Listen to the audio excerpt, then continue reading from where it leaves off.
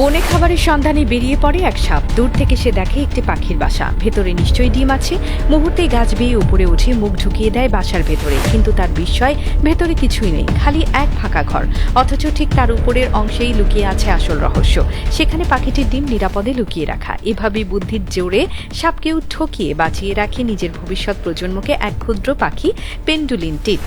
পেন্ডুলিন টিট Europe, Africa ও এশিয়ার বিভিন্ন অঞ্চলে দেখা যায়, বিশেষ করে জলাশয়ের কাছাকাছি গাছে। এই পাখি বাসা তৈরিতে এমন দক্ষতা দেখায় যা প্রকৌশলীদেরও অবাক করে। এর তৈরি বাসা প্রথম দেখায় সাধারণ মনে হলেও আসলে এটি এক ধরনের স্থাপত্য কৌশল। পাখিটি গাছের ডালের সঙ্গে শক্তভাবে ঝুলিয়ে তৈরি করে থলের মতো একটি বাসা, যা দেখতে অনেকটা উলের ব্যাগের মতো। বাইরের অংশ গাছের তুলো, ঘাসের আঁশ ও নরম ডালপালা দিয়ে তৈরি হয়, ফলে এটি হালকা কিন্তু দৃঢ় হয়। সবচেয়ে আশ্চর্য বিষয় হলো এই বাসায় থাকে দুটি ঘর। নিচের দিকের খোলা অংশটিকে দেখে সাপ বা অন্যান্য শিকারী ভাবে এখানেই ডিম রয়েছে, কিন্তু এটি আসলে একটি নকল ঘর। সত্যিকারের ঘরটি থাকে এর ঠিক উপরে, সম্পূর্ণভাবে বন্ধ এবং বাইরে থেকে বোঝার উপায় নেই।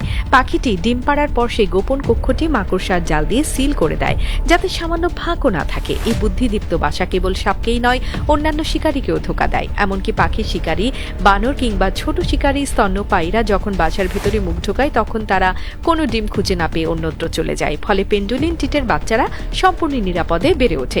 জীববিজ্ঞানীরা মনে করেন পেন্ডুলিন টিটের এই আচরণ বিবর্তনের এক অসাধারণ উদাহরণ। প্রজন্মের পর প্রজন্ম ধরে শিকারীদের আক্রমণ থেকে বাঁচতে গিয়ে পাখিটি তৈরি করেছে এক অনন্য প্রতিরক্ষা কৌশল। এর তৈরি বাসা এতটাই নিখুঁত যে অনেক সময় মানুষও প্রথমে বুঝতে পারে না কোনটি প্রবেশদ্বার আর কোনটি আসল কক্ষ। এই পাখিরা প্রতিটি প্রজনন মৌসুমে নতুন বাসা তৈরি করে এবং পুরনো বাসা পরিত্যাগ করে চলে যায়, কিন্তু তাদের প্রতিটি বাসায় যেন প্রকৃতির কাছে এক পাঠ। কিভাবে ক্ষুদ্র প্রাণীরা বুদ্ধি, ধৈর্য ও কৌশল দিয়ে শক্তিশালী শিকারীকেও পরাস্ত করতে পারে।